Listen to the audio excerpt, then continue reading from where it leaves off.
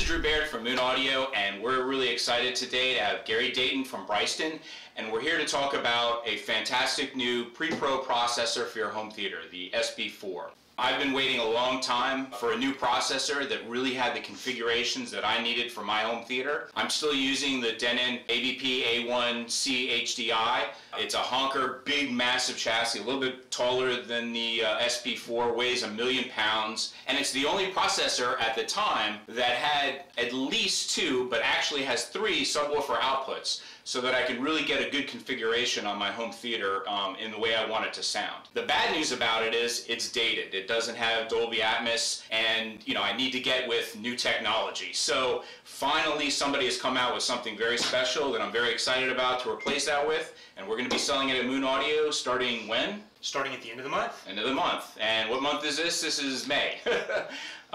So Gary's going to tell us a little bit about the functionality. Then we're going to turn it around and look at more of the technical inputs and outputs and all the crazy things you can do with it. So tell us about it, Gary.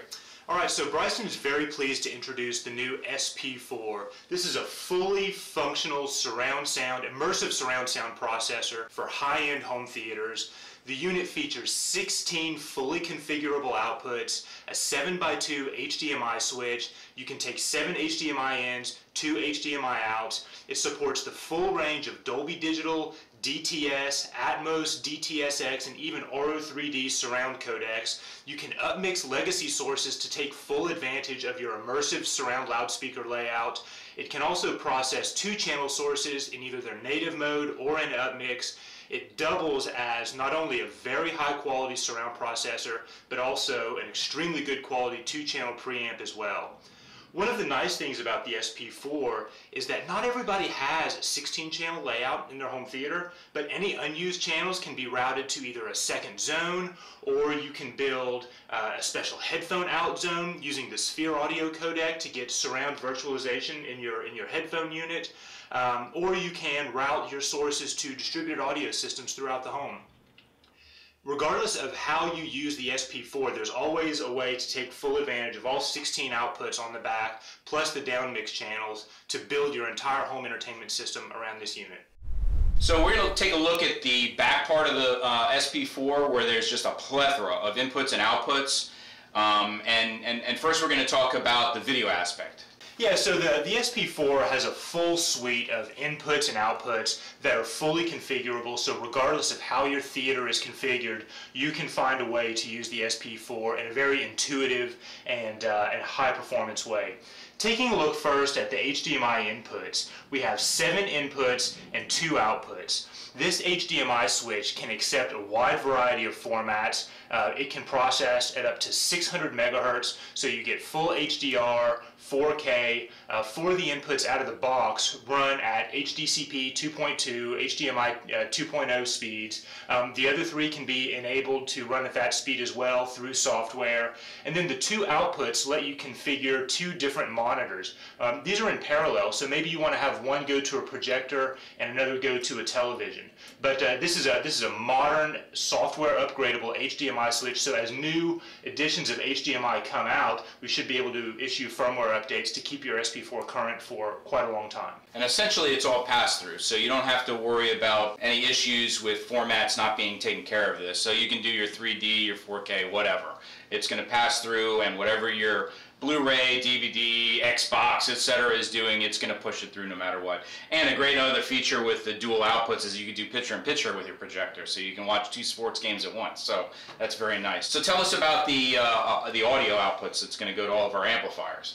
So take note first of the fact that of these 16 channel outputs, not a single one is labeled for a specific speaker location. They're simply labeled 1 through 16 instead of left front, right front, center, etc. That's because each one of these fully balanced analog outputs is configurable to any loudspeaker location in your theater or in another zone.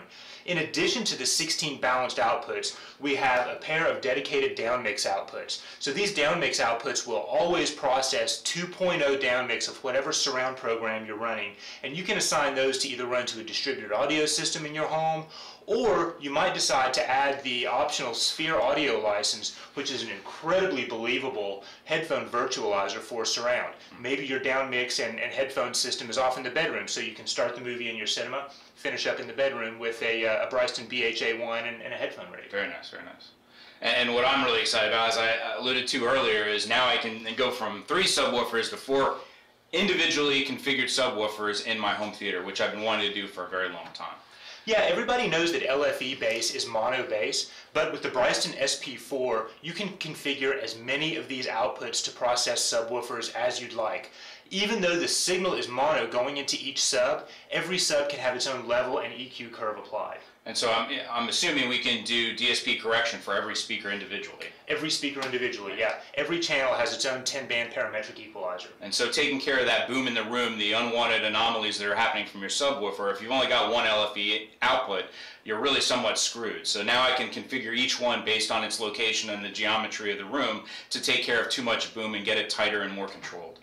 Yeah, speaking of subwoofers, you can also integrate those subs with the main speakers through a very intelligent crossover system. Naturally, you can set the crossover point between the sub and the main speaker in each one of these channel locations, but you can also set separate crossover points and slopes for the high pass and low pass in addition to delay, so you can always make sure you've got excellent phase addition and very linear response through the subwoofers. And then I see we've got some RCA outputs and inputs. Can you go over those for us? Right, so in addition to the HDMI switch, we also offer legacy sources. We have 3 Toslink and 3 coaxial digital inputs, as well as 8 RCA inputs. So looking first at the digital inputs, this is a great way to support legacy sources, maybe a DVD player, maybe a CD player, music server, etc. These SPDIF receivers will take up to 192.24 digital audio.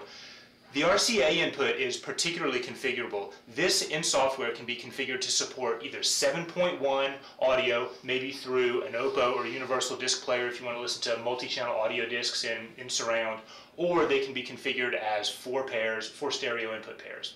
It'd also be convenient for your older SACD players that had the multiple music audio format outputs, so that would be good for that. And then if you could tell us about the control connectors as well. Yeah, this is where the SP4 really shines. There's a lot of very difficult to use Atmos processors on the market that almost require an advanced degree to set up and use. But Bryston's SP4 has really put quite a bit of focus on user interface. And for setup and control, this means operating the SP4 through a dedicated Bryston web interface or through an iOS app. So when your SP4 is connected to your local network through Ethernet, 100 megabit per second Ethernet connection, you can log into this from your iPad, computer, mobile phone, etc., and go through a series of very intuitive menus to do a setup process. Within that setup process, you can connect a microphone, such as our optional model here, to do automatic room calibration or take measurements. You can also configure trigger outputs so that based on what source you're listening to or what profile you have currently enabled,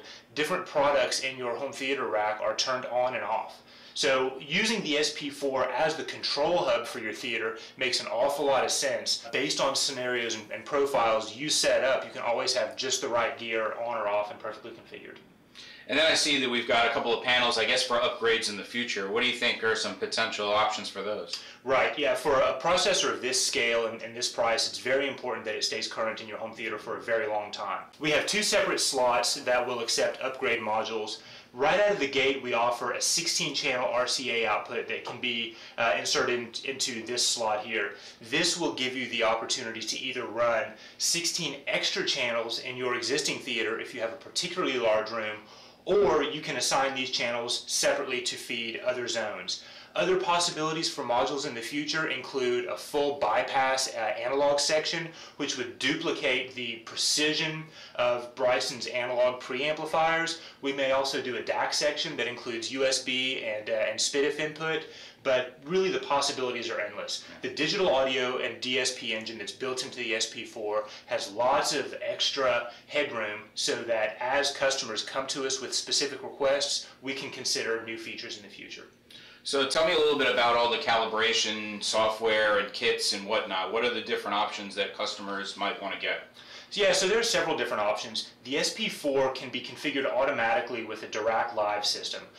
With the optional Dirac Live kit, you can place a microphone in the theater, let the SP4 run a full suite of measurements, with your laptop and the microphone, and automatically program the SP4 to have flat response in your room. You can save that calibration as a profile and make modifications to the profile or duplicate the profile for different listening scenarios. If you choose not to purchase the Dirac Live kit, you can also manually go in, measure each channel's response. You can build groups to measure the response of speakers and subwoofers put together and configure just the right EQ on a per channel basis using your ears or the microphone or a combination of the two to achieve excellent response regardless of your room configuration. So what that means is essentially now you guys that are trying to have two systems in one, a 2-channel and a home theater. It's been very complicated in the past to try and get both to sound right in the same room.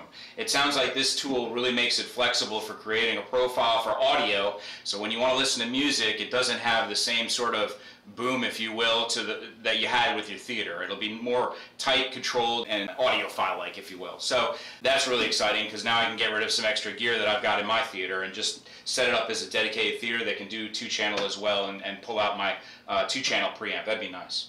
Yeah, it's worth noting that those profiles are very, very configurable. In addition to different EQs that you can apply to the same speaker layout in one room, you can also build profiles that will let only the 2 front, left, and right speakers run in full range for your music listening, for instance, but you might want to enable subwoofers for your movie listening. So use these profiles wisely, build certain listening scenarios for yourself, and make listening to music and movies in the same room an absolute joy and a pleasure. Very exciting.